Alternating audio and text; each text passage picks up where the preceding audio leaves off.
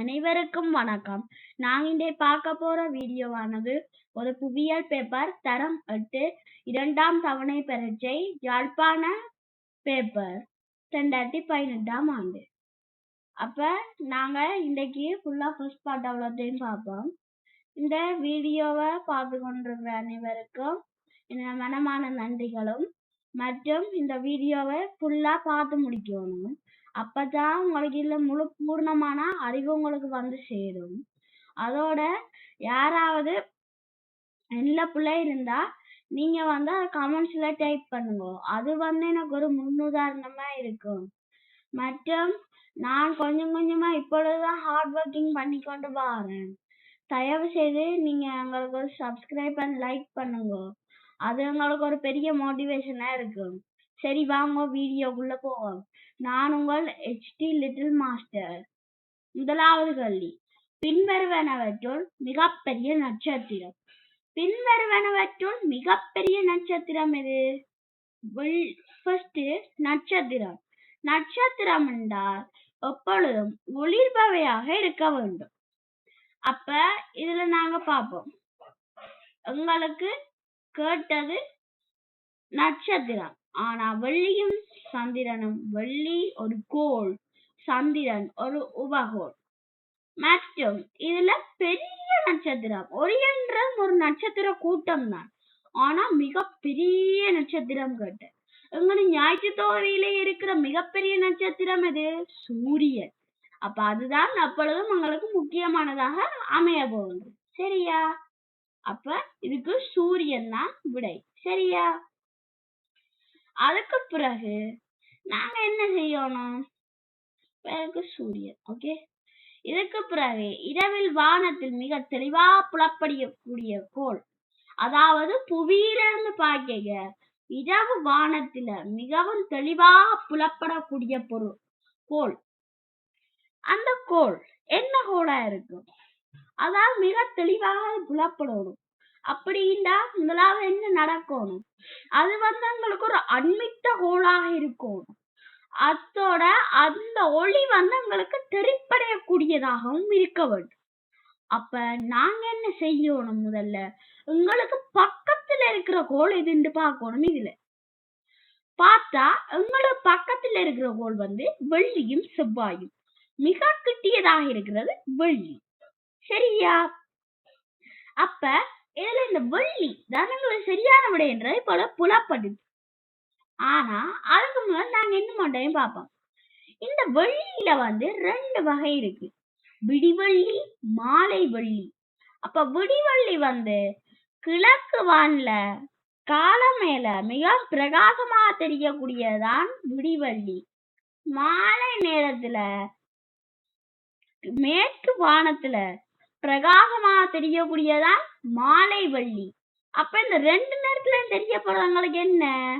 வெள்ளிதான். ஆனா அத நாங்கள் என்ன சொல்றோம்? வேறு வேறு பெயர் கொண்டு அழைக்கிறோம். சரியா? அப்ப எங்களுக்கு சரியான விடையா வரப்போறது எது? இரண்டாவது விடையான வெள்ளி. சரியா? அடுத்தது நாங்கள் ஞாயிற்று தொகுதியில் உள்ள இரண்டாவது பெரிய கோள். ஞாயிற்று தொகுதியில் உள்ள இரண்டாவது பெரிய கோள் என்ன? இரண்டாவது பெரிய கோள். அப்படின்னா நாங்க இப்ப என்ன செய்யலாம்? அதை இலகுவா கண்டுபிடிக்கிறதுக்காண்டி புறக்கோள்கள் இருக்கல்ல, அந்த புறக்கோள்களை நீங்கள் அப்படியே அடுக்கி அடுக்கி அடுக்கி அடுக்கி கொண்டு போகும் பொழுது உங்களுக்கு அப்படியே பெருசுல இருந்து சின்ன வரைக்கும் வரும். சரியா? அப்படி இந்த புறக்கோள்கள்ல என்னென்ன இருக்க போகுது? வியாழன், சனி, யுரேனஸ், நெப்டியூன். சரியா? இந்த வியாழன் மிகப்பெரிய கோள். அடுத்தது சனி, அடுத்த பெரிய கோள். இதுல எங்களுக்கு விட என்ன? சனி. அடுத்த 3வது பெரிய கோள் யுரேனஸ். அடுத்த 4வது பெரிய கோள் நெப்டியூன். அதுக்கு அங்காலையும் 2006 முதல் ஒரு கோள் ஒன்று இருந்தது, புளூட்டோ. அது 2006ஆம் ஆண்டு அது ஒரு சிறுகோள்ன்ற வகைக்குள்ள அதை அடக்கிட்டாங்க. இப்ப எங்களுக்கு சரியான விடையா வரப்போறது எது? சனி. சரியா?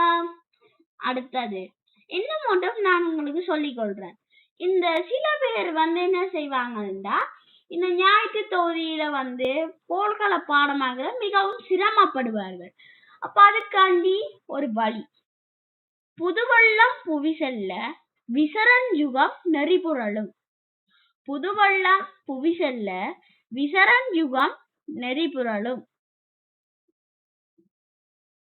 சரியா? புதுண்டா புதன், வெள்ளம்ண்டா வெள்ளி, புவிண்டா புவி, செல்லண்டா செவ்வாய், விசரண்டா வியாழம், சுகம்ண்டா விசரம் சகம்ண்டா சனி, நெறிபுரளம்ண்டா நெப்டியூன் யுரேனஸ், அடுத்தது நெப்டியூன் அப்படியே வரும். சரியா? இல்ல வந்து சில வந்து மாற்றம் ஏற்படலாம். ஆனா அகக்கோள்களையும் அங்கால வார வியாழனையும் உங்களை பாடமாக்குறதுக்கு வந்து இலகுவா இருக்கும். சரியா? அடுத்தது சூரியனையும் சந்திரனையும் அடிப்படையாக கொண்டு கொண்டாடப்படும் விழா. அதாவது சூரியனை அடிப்படையா இருக்கணும், சந்திரனே அடிப்படையா இருக்கணும். நத்தார் இல்ல, பொசன் இல்ல, எங்களுக்கு விடையா வராது. தீபாவளியும் இல்ல, ஏண்டாதுகள் வந்து நாங்கள் நாட்களை நட்சத்திரங்களையும் சில வச்சுதான் நாங்கள் கொண்டாட போகின்றோம். அப்ப எங்களுக்கு சரியான விடையா வந்து அமையப்படுறது எது? தமிழரும் சிங்களவரும் கொண்டாடுகின்ற தமிழ் சிங்கள புத்தாண்டு. எங்களுக்கு சரியான விடை என்ன? தமிழ் சிங்கள புத்தாண்டு. அடுத்த புவியின் மேற்பரப்பு சராசரி வெப்பநிலை. இந்த உயிரினங்கள் வாழ்றதுக்கு எங்களுக்கு என்னென்ன தேவை? நீர் தேவை, புவியீர்ப்பு தேவை, ஒரு குறிப்பிட்ட அளவு வெப்பநிலை தேவை, குறிப்பிட்ட அளவு ஒளி தேவை. அவ்வளோத்தையும் கொண்டிருக்கிற கோள் எது? எங்கட புவி. அப்போ ஒரு டொட் நீர் அது வந்து 100 பாசியில வந்து ஆவியடைய கூடியது. அப்ப இதை வச்சு நீங்கள் விட சொல்லலாம் பாருங்க. 225 பாய்ச்சி. நாங்க இப்ப ஒரு போத்தல்ல தண்ணியை குடிக்கிறோம் என்றால் இந்த புவியில இருந்து 225 பாய்ச்சியில குடிக்கிறோம்டா என்ன நடக்கும்? அந்த தண்ணி எவ்வளவு ஆவியா போயிடும். நாங்கள் சில நேரம் கருகிடுவோம். 464 அதை விட மோசம். 167 அதுவும் மோசம். அப்ப எங்களுக்கு எது சரியான விடையா வரப்போகுது? 15 பாய்ச்சி. சரியா? அடுத்த பிரபஞ்சம் தொடர்பான ஆய்வில் திருப்புமுனை ஏற்பட காரண தொலைக்காட்டியை கண்டுபிடித்தவர் யாரா இருக்க போது? தொலைக்காட்டியை கண்டுபிடித்தவருக்கு ஒரே ஒரு விடைதான், கலீலியோ கலிலி. அவர் வந்து தொலைக்காட்டியை வந்து கண்டுபிடித்தவர். இதுல இருக்கிற எல்லாருமே வந்து என்ன செஞ்சாங்க? வானியல்ல வந்து அதிக அளவு ஆர்வம் காட்டினார்கள். Nicolaus Copernicus, Johannes Kepler, Claudius Ptolemy, Isaac Newton, Galileo Galilei போன்ற ஆட்கள் வந்து அதிக அளவு ஆர்வம் காட்டின ஆட்கள். சரியா? இப்ப எங்களுக்கு எது சரியான விடையா வந்து அமைய போகுது? Galileo Galilei. அதாவது கலீலியோ கலிலி. அடுத்தது விண்வெளி தொடர்பான தகவல்களை ஆய்வு செய்வதற்கு முதலில் செய்மதி அனுப்பிய நாடு. விண்வெளி தொடர்பான ஆய்வுகளை வந்து முதல்ல மேற்கொள்றது செய்மதிகளை அனுப்பிய நாடு ரஷ்யா. 2வதாக அனுப்பியது அமெரிக்கா. நீங்கள் உடனே யோசிக்க கூடாது என்னண்டா முதலாவது நிலவுல கால் வச்சால் ஒரு அமெரிக்க நாட்டு உண்டு. நீங்க அப்படி ஒன்னும் யோசிக்காதீங்க. இதுக்கான சரியான விட ரஷ்யா. நீங்க இந்த ரஷ்யா கடத்ததா அமெரிக்கா போனது. அப்ப நீங்க அப்படி ஞாபகம் வச்சிருக்கோம். எனக்குமே இதுல ஒரு நாள் குழப்பம் உண்டு ஏற்பட்டது. சரியா? இதுக்கான சரியான விடை வந்து ரஷ்யா. அடுத்தது புவி தனது அச்சில் தன்னை சுற்றி அசையும் திசை மேற்கிலிருந்து கிழக்கு. சரியா? அடுத்த புவியை ஒரு வாயை கடந்து செல்ல எடுக்கும் நேரம். நாங்க என்ன செய்யறோம்? புவிய வந்து நாங்கள் கிட்டத்தட்ட ஏகப்பட்ட வலயங்களாக பிரிக்கிறோம் நெடுங்கோடுகளின் ஊடாக. சரியா? அப்ப நாங்கள் 24 கால வலயங்களை வந்து கொண்டிருக்கிறோம். அப்ப உங்களுக்கு ஒரு நாள் எத்தனை மணித்தியாலம் இருக்க போகுது? 24 மணித்தியாலங்கள் வந்து உங்களுக்கு ஒரு நாள்ல இருக்க போகுது. அப்ப இந்த ஒவ்வொரு வலயத்தையும் வந்து இந்த புவி கடக்கணும். அப்ப கடக்கிறதுக்கு வந்து உங்களுக்கு எடுக்க போற நேரம் 24 வளையம் இருக்கு, 24 மணித்தியாலம் இருக்கு. அப்ப உங்களுக்கு என்ன நடக்க போகுது? ஒரு வளையத்தை கடக்க, ஒரு கால வளையத்தை கடக்க உங்களுக்கு 1 மணித்தியாலம் எடுக்க போகுது. சரியா? இங்க உங்களுக்கு வந்து 360 கோடுகள் வந்து காணப்படுது. அப்ப அந்த 360 கோடுகளும் என்ன செய்ய போகுது? 24 வளையத்துக்கும் வந்து பிரிய போகுது. அப்ப பிரிஞ்சிட்டுண்டா 15 15 15 15 அப்படியே லைனுக்கு வரும். சரியா? அப்ப வரைக்க நாங்க என்ன செய்யணும்? 1 மணித்தியாலத்துக்கு 60 நிமிஷம். அப்ப 60 நாங்க என்ன செய்யணும்? 15ஆல பிரிக்கணும். 60 நாங்க 15ஆல பிரித்தா எங்களுக்கு கிடைக்க போற விடை என்ன? 4. அதே மாதிரி ஒரு பாகை கோடு அந்த இப்பயே உங்களுக்கு விட வந்திருக்கும். ஒரு பாகை கோடு வந்து அசைறதுக்கு உங்களுக்கு 4 நிமிடங்கள் வந்து தேவைப்பட போகுது. அப்ப இதற்கான சரியான விடை வந்து 4 நிமிடங்கள். சரியா? 4 நிமிடங்கள். அடுத்தது, நாடுகளை ஊடறுத்து செல்லாத வகையில் வரையப்பட்டுள்ள கோடு. சரியா? இந்த ஒரு கோடு எந்த நாட்டையுமே வந்து ஊடறுத்து செல்லாது. ஏன் ஊடறுத்து செல்லவில்லை? ஏண்டா ஒரு கோடு வந்து ஒரு நாட்டை ஊடறுத்து செல்வதன் காரணமாக அந்த நாட்டின் நேரமும் திகதியும் வேறுபடும். சரியா? இப்ப நாங்கள் வந்து ஒரு இடத்துல வந்து தீப்பற்றிட்டு நியூஸ வந்து அந்த நாடு வெளியிட்டு இருந்தால் என்ன நடக்க போகுது? அந்த 2 நாடுக்குமான இப்ப ஒரு நாடுல 2:25 இருக்கும், இன்னொரு நாட்டுல 2 மணியா இருக்கும். அப்ப என்ன நீங்க தகவல் வரும்? 2:25 இருந்த நாட்டுக்கு 2 மணில ஒரு காட்டுத்தீ ஏற்படுது. அப்ப இங்கால இந்த 2 மணி நாடுக்கு அதே செய்தி போகும். அப்ப அந்த 2 மணி நாடு என்ன செய்யும்? இப்பதான் தீ விபத்து ஏற்பட்டிருக்கு, நாங்கள் உடனே எழுப்பி போகணும் என்ற அந்த யோசனைகளோட வந்து முன்வர போகுது. சரியா? அப்ப அதுக்காண்டி தான் இந்த நாடுகளை வந்து ஊடறுத்து செல்லாத வகையில வந்து கோடுகள் வரையப்படுது. அப்ப இதுல அந்த ஒரு நாடை ஊடறுத்து செல்லாத ஒரே ஒரு கோடு இல்ல, பல கோடுகள் இருக்கு. ஆனா இதுல நாங்க முக்கியமா குறிப்பிட போற கோடுகள் வந்து 180 பாகை நெடுங்கோடு. இந்த 180 பாகைக்கு இன்னும் ஒரு மறுபெயர் ஒன்று இருக்க போகுது. அது வந்து சர்வதேச திகதி கோடு. சரியா? அப்ப எங்களுக்கு சரியான விடையா வந்து அமைய போறது வந்தது 180 பாகை நெடுங்கோடு.